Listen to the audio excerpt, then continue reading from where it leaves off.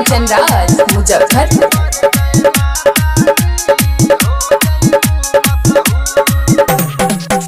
लिखा ले चुनरी पर जय माता दी हो जईबू मशहूर। लिखा ले चुनरी पर जय माता दी हो जईबू मशहूर। हो जईबू मशहूर ये धनिया हो जईबू मशहूर। माई के दर्शन कला धनिया हो जईबू मशहूर। लिखा ले चुनरी पर जय माता हो जईबू मशहूर।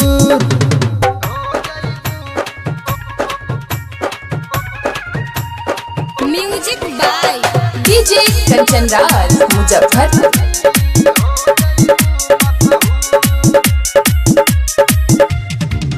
चला मैहर वाली माई के दर्शन करा दी। आवा बैठा बुलेट पर थावे घुमा दी। बाटे मशहूर चट चौमिन ये गोरी। अब पटना में चल लिट्टी चोखा चिखा दी। अढ़ौल मैया पर चढ़बू हो जईबू मशहूर। लिखा ले चुनरी पर जय माता दी हो जईबू मशहूर।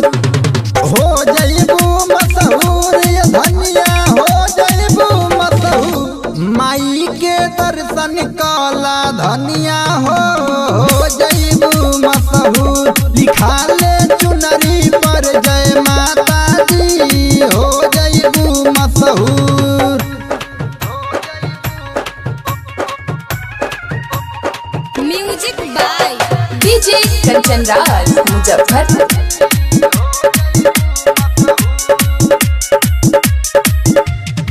पंडित जी बोलाई के पाठ करवैहा।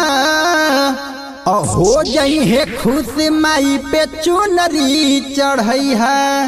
माई के मंदिरिया में दियरी जरैहा। अब फल फल हरिया से भोगवा लगैहा।